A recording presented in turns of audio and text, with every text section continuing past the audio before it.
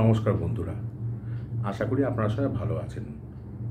তা অনুষ্ঠান শুরুর পূর্বে আপনাদের অনুরোধ করব যে আমার চ্যানেলটিকে অবশ্যই সাবস্ক্রাইব করবেন এবং আমার পাশে থাকবেন এবং ভিডিওটি সম্পূর্ণ দেখবেন। প্রধানমন্ত্রী, কেন্দ্রীয় মন্ত্রী, মুখ্যমন্ত্রী বা রাজ্যের কোনো মন্ত্রী যদি তাদের বিরুদ্ধে কোনো অভিযোগ ওঠে এবং সেই অভিযোগের ফলে যদি দোষী সাব্যস্ত ওনাদের জেল 5 বছরের বেশি জেল হয় এবং সেই অভিযোগের সপক্ষে তদন্ত প্রক্রিয়া চলাকালীন যদি 30 দিনের বেশি জেল হেফাজত হয়, তাহলে সেই মন্ত্রীকে 31 দিনের মাথায় ইস্তফা দিতে হবে। লোকসভায় আমাদের স্বরাষ্ট্রমন্ত্রী অমিত শাহ ঠিক এরকম একটা বিল নিয়ে এসেছে। বিলের মোদ্দা কথা কি, যদি কোনো মন্ত্রীর বিরুদ্ধে অভিযোগ ওঠে এবং যদি তদন্ত প্রক্রিয়া শুরু হয় এবং তদন্ত প্রক্রিয়া চলাকালীন যদি 30 দিনের বেশি জেল হেফাজত হয়, তাহলে সেই মন্ত্রীকে 31 দিনের মাথায় সরিয়ে যেতে হবে। বিলে এটা বলা আছে অবশ্য যে জেল থেকে বেরিয়ে আসার পর আবার তারা মন্ত্রিত্বে জয়েন করতে পারবে, এটা বলা আছে। তাই বিল নিয়ে বিরোধী এবং শাসক শিবিরের মধ্যে তরজা শুরু হয়েছে। বিজেপি কি যুক্তি দিচ্ছে? বিজেপি যুক্তি দিচ্ছে তারা একটা স্বচ্ছ রাজনৈতিক পরিবেশ তৈরি করতে চায়। তারা চায় রাজনীতি ক্রিমিনাল মুক্ত হোক, করাপশন মুক্ত হোক। কিন্তু বিরোধীরা পাল্টা কি যুক্তি দিচ্ছে?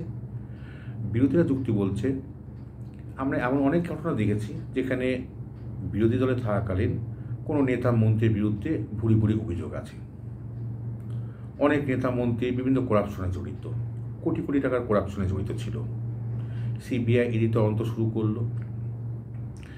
যেই তারা বিজেপি জয়েন করলো, অমনি তদন্ত ধামাচাপা পড়ে গেল, তদন্ত প্রক্রিয়া আর এগোলো না। এটা আমরা দেখেছি। যদি আমরা দেখি রিসেন্টলি পশ্চিমবঙ্গের ক্ষেত্রে শুভেন্দু অধিকারী, তার বিরুদ্ধে নারদা কেলেঙ্কারিতে জড়িত থাকার প্রমাণ ছিল, আমরা ফুটেজ দেখতে পেয়েছি। তদন্ত শুরু হলো, যেই বিজেপি জয়েন করলো তদন্ত শেষ হয়ে গেল। আরও উদাহরণ কি দেখতে পাই, আসামের মুখ্যমন্ত্রী 2016 সালে অমিত শাহ তাকে ডাকাত বলেছিল, একজন মস্ত বড় ডাকাত। কিন্তু যেই মাত্র সে বিজেপি জয়েন করলো, অমনি ধোয়া তুলসী পাতা হয়ে গেল। আজ সে বিজেপির একজন বড় নেতা। এটা বিরোধীদের যুক্তি এবং আমরা দেখতে পাই এটা। বিজেপি আরও কি যুক্তি দিচ্ছে যে এই বিলটা সবার জন্য। বিরোধীরা যে ভয় পাচ্ছে সেটা তার কোনো ভিত্তি নেই, কারণ এই বিলের মধ্যে যেমন বিরোধী শিবিরের মুখ্যমন্ত্রী মন্ত্রীরা পড়ছে, তেমনি শাসক শিবিরের বিজেপিরও মন্ত্রী মুখ্যমন্ত্রীরাও এই বিলের আওতায় আসছে। ইভেন প্রধানমন্ত্রী, কেন্দ্রীয় মন্ত্রীরাও এই বিলের আওতায় আসছে। অর্থাৎ বিরোধীরা যে চেঁচামেচি করছে যে এই বিলটা তাদের দমন করার জন্য, সেটা ঠিক না। বিজেপির যুক্তি এটা সবারই জন্য, খুব ভালো কথা। কিন্তু যদি আমরা রিসেন্টলি লক্ষ্য করি, লাস্ট কয়েক বছরে এমন ঘটনা খুব কমই দেখতে পাবো যেখানে বিজেপি শাসিত কোনো মন্ত্রীকে সিবিআই ইডি অ্যারেস্ট করেছে। এরকম ঘটনা প্রায় নেই বললেই চলে। সিবিআই ইডি বেশিরভাগ ক্ষেত্রে যেগুলো অ্যারেস্ট করেছে সবকটা বিরোধী শাসিত রাজ্যের মন্ত্রীদের। অতএব বিজেপি যে যুক্তি দিচ্ছে সেটাও ঠিক না। কার্যক্ষেত্রে তো আমরা প্রমাণ দেখতেও পাই না। এ তো গেল বিলের সপক্ষে শাসক এবং বিরোধীদের যুক্তি। এই বিলে যেটা বলা নেই সেটা হলো যে কোনো মন্ত্রীকে মন্ত্রিত্ব থেকে ইস্তফা দিতে হবে দোষী সাব্যস্ত হলে। এই বিলে বলা আছে যদি তার বিরুদ্ধে কোনো অভিযোগ ওঠে এবং তদন্ত প্রক্রিয়া চলাকালীন যদি তার 30 দিনের জেল হেফাজত হয়, তাহলে তাকে মন্ত্রী থেকে সরিয়ে যেতে হবে। এই বিল এটা বলা আছে। এবার ব্যাপারটা কি ঘটলো, এর ফলে কি হবে, যদি কোনো মন্ত্রীর বিরুদ্ধে অভিযোগ উঠল, সিবিআই ইডি তাকে দেখে পাঠাবে, যেটা আমরা দেখেছি। জিজ্ঞাসাবাদ করবে, তাকে বলবে যে আপনি অনেক তথ্য প্রমাণ নিয়ে আসুন। যথারীতি সে মন্ত্রী কিংবা নেতা তথ্য প্রমাণ নিয়ে সিবিআই দপ্তরে যাবে। সিবিআই তাকে জিজ্ঞাসাবাদ করবে 10 ঘন্টা, 12 ঘন্টা, 14 ঘন্টা। সিবিআই বাইরে এসে বলবে যে উনি অনেক তথ্য প্রমাণের অসঙ্গতি আছে, ওনাকে আমরা অ্যারেস্ট করছি। 10 দিন হেফাজতে নেবে। 10 দিন পরে সিবিআই এসে বলবে, আবার কি বলবে, যে উনি তদন্তে সহযোগিতা করছেন না, আরও 10 দিন নিতে হবে। আরও 10 দিন হেফাজতে নিলেন। 10 দিন পরে সে আবার সিবিআই ইডি কি বলবে, যে উনি প্রভাবশালী ব্যক্তি, আমাদের তদন্ত একটা গুরুত্বপূর্ণ মোড়ে আছে, উনি যদি ছাড়া হয়, বাইরে ছাড়া হয়, উনি সাক্ষীদের প্রভাবিত করতে পারবেন, অনেক তথ্য প্রমাণ লোপাট করবেন, ইত্যাদি ইত্যাদি। এটা আমরা দেখেছি, আমরা বিগত অনেক ঘটনা দেখতে পাচ্ছি। অতএব সিবিআই ইডি যে তদন্ত প্রক্রিয়া শেষ করছে সেটাও বলা ঠিক না। ওরা তদন্ত শুরু করছে, অ্যারেস্ট করছে, কিছুদিন পরে সেই নেতা মন্ত্রী জামিন পেয়ে বাইরে বেরিয়ে আসছে। এবার এখানে আপনি তো বলতেই পারেন যে হ্যাঁ, এটা তো ঠিক না, যাদেরকে অ্যারেস্ট করছে তারা তো বিভিন্ন করাপশনে জড়িত। হ্যাঁ, জড়িত তারা। এমন বিরোধী শিবিরের অনেক নেতা মন্ত্রীকে অ্যারেস্ট করেছে সিবিআই, তাদের বিরুদ্ধে কোটি কোটি টাকার দুর্নীতির প্রমাণ আছে। আমাদের পশ্চিমবঙ্গে আমরা দেখি স্কুল শিক্ষার দুর্নীতি, রেশন কেলেঙ্কারির দুর্নীতি। কিন্তু একটা জিনিস ভাবার আছে, এর মধ্যে কটাকে সিবিআই সলভ করতে পেরেছে? একটা কেসও না। সবাইকে অ্যারেস্ট করেছে, হেফাজতে নিয়েছে, জেল হয়েছে, কিছুদিন পরে জামিন পেয়ে বেরিয়ে এসছে। শুধুমাত্র আমরা দেখছি যে পশ্চিমবঙ্গে পার্থ চট্টোপাধ্যায় এখনও জেলে আছে, তা উনিও কদিন পর জামিন পেয়ে যাবেন। অনেকগুলো কেসে জামিন পেয়েও গেছেন, কিছু খুচরা খাস্তায় কেস আছে যেগুলো মিটলেও যেমন জামিন পেয়ে যাবেন। অতএব শুধু পশ্চিমবঙ্গে যে লক্ষ্য করি, সিবিআই ইডি যে তদন্তগুলো করছিল, প্রায় প্রতি ক্ষেত্রেই যে নেতা মন্ত্রীরা গ্রেপ্তার হয়েছিল সবাই জামিন পেয়ে বেরিয়ে চলে আসছে।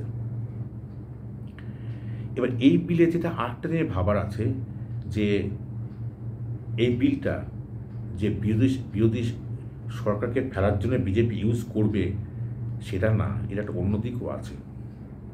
এবার ধরুন কোনো বিজেপি শাসিত রাজ্যের কোনো মন্ত্রী, মুখ্যমন্ত্রী, কোনো মন্ত্রী, সে হয়তো তাদের লাইনে কথা বলছে না।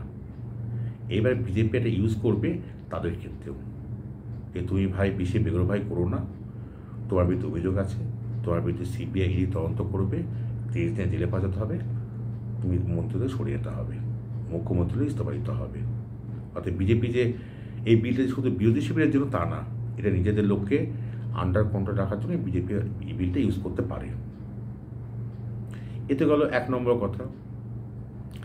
দ্বিতীয় কথা হলো, ধরুন কোনো বিরোধী শিবিরের কোনো মুখ্যমন্ত্রীকে বিরুদ্ধে কোনো অভিযোগ উঠল, সিবিআই ইডি তদন্ত শুরু করলো, জিজ্ঞাসাবাদ করলো, মুখ্যমন্ত্রী গ্রেপ্তার করলো। এর ফলে কি হবে? 31 দিনের মাথায় মুখ্যমন্ত্রীকে ইস্তফা দিতে হবে। বিজেপি একটা সুযোগ পেয়ে গেল, ঠিক 31 দিন পর যখন মুখ্যমন্ত্রী ইস্তফা দিচ্ছে সেই সরকারটাকে ফেলার সুযোগ পেয়ে যাবে। এবার ধরুন অভিযোগটা প্রমাণিত হলো না, কিন্তু ততক্ষণে মুখ্যমন্ত্রী যে আবার আগের পদে ফিরবেন সেই উপায়টা থাকবে না, কারণ ততক্ষণ তার সরকারটা পড়ে গেছে। তখন উনি ফিরবেন কোন পদে? সরকারটা নেই, উনি মুখ্যমন্ত্রীর পদে থাকবেই তো না, ততক্ষণে সেখানে বিজেপি রাজ চলে আসবে। তা এই বিলে অনেকগুলো পয়েন্ট আছে। যেমন আমরা যদি লক্ষ্য করে দেখি, যে আগেই বলছিলাম যে বিগত কয়েক বছরে আমরা এমন ঘটনা দেখতেই পাই না যেখানে বিজেপি শাসিত রাজ্যে কোনো মন্ত্রীকে সিবিআইডি অ্যারেস্ট করেছে, এরকম ঘটনা আমরা দেখতেই পাই না। এবার এই বিলটা তখনই যুক্তিযুক্ত হতো যদি সিবিআই কিংবা ইডি বিজেপির কথা মতো না চলতো। আমরা অলরেডি শুনেছি যে সুপ্রিম কোর্ট পর্যন্ত তিরস্কার করেছে সিবিআই ইডিকে, তোদাপাকে বলেছে। অনেক তদন্ত হয়েছে, বিজেপি যার নির্দেশ দিয়েছে সিবিআই ইডি সেই মতো চলছে। অনেক কিছু প্রমাণ চোখের সামনে দেখতে পাচ্ছে, তবু তদন্তই করছে না, তদন্ত ধাঁচা পড়ে গেছে, বিজেপির অঙ্গুলি হিলনে সব কিছু চলছে। অর্থাৎ এই বিলটা তখন সার্থকতা হতো, তখন ভ্যালিড হতো যদি সিবিআই ইডি বিজেপির কথা মতো না কাজ করতো। তারা একটা স্বাধীন সংস্থা, তার নিজেদের মতো তদন্ত প্রক্রিয়া চলতো, তখন এই বিলটা ভালো একটা বিল আমরা বলতে পারতাম। দ্বিতীয় আরও একটা ক্ষেত্রে এই বিলের সার্থকতা রয়েছে, যদি ধরুন এমন কেসে আমরা যেটা আগে বিরোধীরা অভিযোগ করেছে আমরা দেখতে পাই, এমন অনেক মন্ত্রী আছে যারা বিরোধী দলে থাকাকালীন অনেক দুর্নীতি জড়িত ছিল, কিন্তু তারা যেই মাত্র বিজেপিতে গেল অমনি পরিষ্কার হয়ে গেল, ধোয়া তুলসী পাতা হয়ে গেল। বিজেপি একটা ওয়াশিং মেশিনের কাজ করে, বিরোধী দলে থাকাকালীন তোমার বিরুদ্ধে প্রচুর দুর্নীতি আছে, কিন্তু তুমি যেই মাত্র বিজেপি জয়েন করছো অমনি তুমি নির্দোষ, তদন্ত থেমে গেল। অর্থাৎ এই যে একই ব্যক্তি দুই জায়গায় দুটো রূপ, এটা যদি না থাকতো তাহলে বিলের সার্থকতা থাকতো। অর্থাৎ এখান থেকে পরিষ্কার এই বিলটা বিজেপি এখন ইউজ করতে চাইবে বিরোধী সরকারকে ফেলার জন্য, ইভেন নিজের দলের যে লোকগুলো ওদের লাইনে কথা বলবে না তাদেরকে সাহায্য করার জন্য। আপনাদের মতামত জানাবেন, অবশ্যই জানাবেন। দেখা যাক ভবিষ্যতে কি আমাদের অপেক্ষা করছে। নমস্কার, ভালো থাকবেন।